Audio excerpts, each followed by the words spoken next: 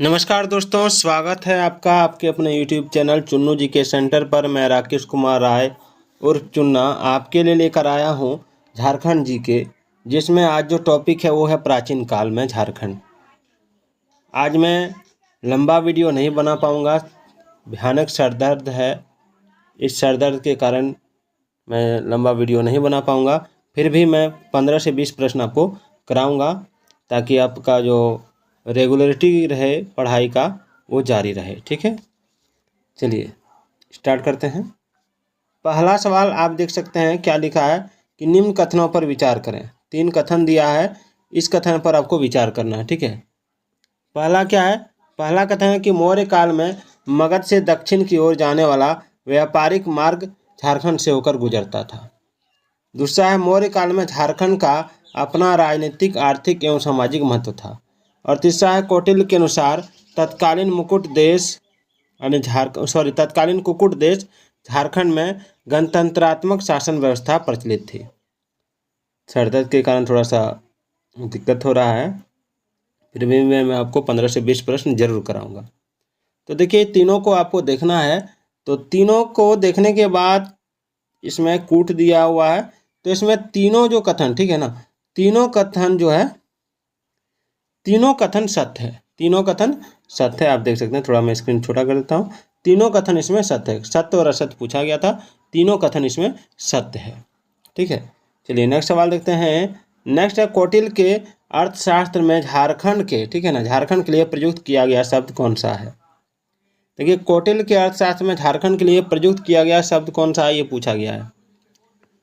तो इसका आंसर हो जाएगा उपरोक्त दोनों, यानी कुक्कुट देश और कुक्कुट दोनों। ठीक है, चलिए, कौटिल्य के अनुसार झारखंड में किस प्रकार की शासन प्रणाली स्थापित थी? तो देखिए, कौटिल्य के अनुसार झारखंड में आपका गणतंत्रात्मक शासन प्रणाली स्थापित थी। चंद्रगुप्त मौर्य के शासनकाल में सेना के प्रयोग हेतु इनमें से कौन सी चीज झारखंड से मंगाई जाती थी? तो देखिए, इसका राइट आंसर जो हो जाएगा वो हो जाएगा आपका ऑप्शन सी, हाथी। ठीक है, कौटिल्य ने झारखंड के इंद्रनावक नदी से किस चीज के प्राप्त होने का उल्लेख किया है? तो इसका राइट आंसर हो जाएगा आपका ऑप्शन डी, हीरा। चलिए आगे बढ़ते हैं। अभी और बहुत सारे सवाल हैं, जहाँ तक होगा सर दर्द होने के बाद भी मैं आप लोगों को ये वीडियो कंप्लीट दूंगा, जहाँ तक होगा। देखिए, 6ठा नंबर सवाल है कि झारखंड प्रदेश में अशोक द्वारा बौद्ध धर्म के प्रचार हेतु किस अधिकारी को भेजा गया था? तो देखिए, इसका राइट आंसर क्या होगा? झारखंड प्रदेश में अशोक द्वारा बौद्ध धर्म के प्रचार हेतु किस अधिकारी को भेजा गया था? तो इसका राइट आंसर जो हो जाएगा वो हो जाएगा आपका ऑप्शन बी, रक्षित को। चलिए आगे बढ़ते हैं। किस मौर्य सम्राट के कलिंग अभिलेख में झारखंड के संबंध में वर्णित है कि इस क्षेत्र के जनजातियों को मेरे धर्म का आचरण करना चाहिए? किस मौर्य सम्राट के कलिंग अभिलेख में झारखंड के संबंध में वर्णित है कि इस क्षेत्र के जनजातियों को मेरे धर्म का आचरण करना चाहिए? तो देखिए, इसका जो राइट आंसर हो जाएगा वो हो जाएगा आपका ऑप्शन सी, अशोक के कलिंग अभिलेख में। चलिए, अशोक द्वारा जनजातियों के बीच बौद्ध के प्रचार के लिए जिसे भेजा जाता था उसे क्या कहते हैं? अशोक द्वारा जनजातियों के बीच बौद्ध धर्म के प्रचार के लिए जिसे भेजा जाता था उसे कहते हैं आठवीं। चलिए, झारखंड के किस स्थान से रोमन साम्राज्य के सिक्के प्राप्त हुए हैं? बहुत इंपॉर्टेंट सवाल है। झारखंड के किस स्थान से रोमन साम्राज्य के सिक्के प्राप्त हुए हैं? तो आंसर हो जाएगा ऑप्शन डी, सिंहभूम। चलिए आगे बढ़ते हैं। निम्न में से झारखंड के किस स्थान से इंडो-सिथियन सिक्के प्राप्त हुए हैं? देखिए, इसका राइट आंसर हो जाएगा आपका ऑप्शन सी, चाईबासा से। झारखंड के निम्न में से किस स्थान से कुषाण कालीन सिक्के प्राप्त हुए हैं? तो इसका राइट आंसर हो जाएगा ऑप्शन बी, रांची। हजारीबाग के किस स्थान से गुप्तकालीन पत्थरों को काटकर बनाए गए मंदिर प्राप्त हुए हैं? तो देखिए, इसका राइट आंसर हो जाएगा ऑप्शन सी, महोदी पहाड़ से। चलिए आगे बढ़ते हैं। आगे जो सवाल है आप देख रहे हैं झारखंड सामान्य ज्ञान, जो उड़ान पब्लिकेशन झारखंड सार संग्रह का वस्तुनिष्ठ बुक है। झारखंड में मुंडा, पाहन तथा मोहता व भंडारी प्रथा किस काल की देन माना जाता है? तो देखिए इसका जो राइट आंसर हो जाएगा वो हो जाएगा आपका ऑप्शन है मौर्य काल, गुप्त काल, सल्तनत काल या मुगल काल। तो आंसर हो जाएगा गुप्त काल। चलिए आगे बढ़ते हैं। समुद्रगुप्त के शासन काल में झारखंड का उल्लेख किस नाम से किया गया है? देखिए समुद्रगुप्त के शासन काल में झारखंड का जो उल्लेख किया गया है वो किया गया है आपका ऑप्शन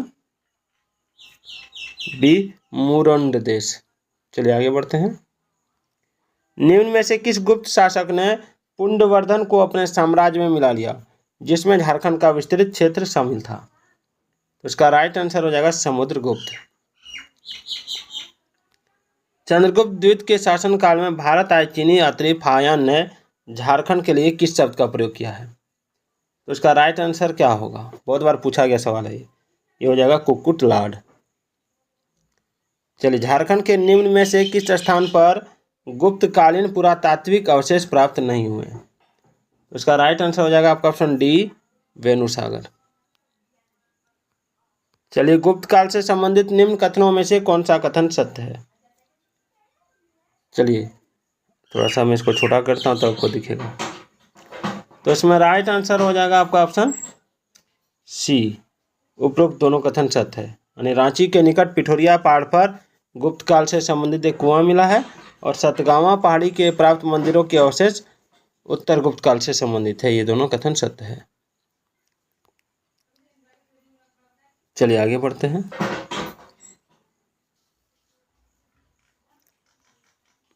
शशांक ने अपने साम्राज्य को सुचारू रूप से संचालित करने हेतु निम्न में से किसे राजधानी बनाया था? तो देखिए इसका राइट जो आंसर हो जाएगा वो हो जाएगा आपका ऑप्शन सी, उपरोक्त दोनों, यानी संथाल परगना का बड़ा बाजार और दुलमी को। चलिए आगे बढ़ते हैं। निम्न में से कौन प्राचीन काल का प्रथम शासक था जिसकी राजधानी झारखंड में थी? देखिए इसका राइट आंसर हो जाएगा शशांक। ठीक है, प्राचीन काल का प्रथम शासक शशांक था जिसकी राजधानी झारखंड में थी।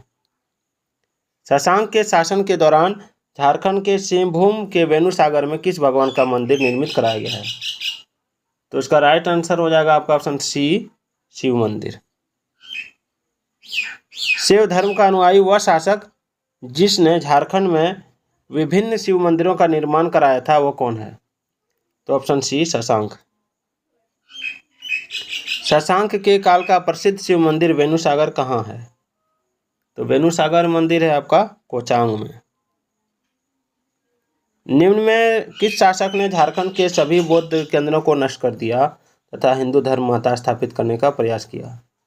तो इसका राइट आंसर हो जाएगा ऑप्शन सी, शशांक ने। एक मिनट को हटा देते हैं। झारखंड के किस क्षेत्र में हर्षवर्धन की मुलाकात ह्वेनसांग से हुई? तो इसका राइट आंसर हो जाएगा ऑप्शन ए, राजमहल।